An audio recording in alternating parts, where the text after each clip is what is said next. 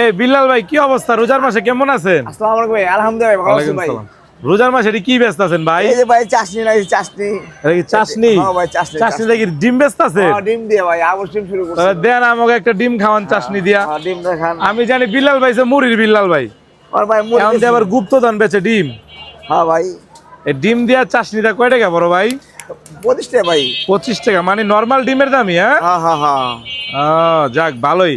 তাহলে মুড়ি কি আপাতত বিক্রি করবেন না?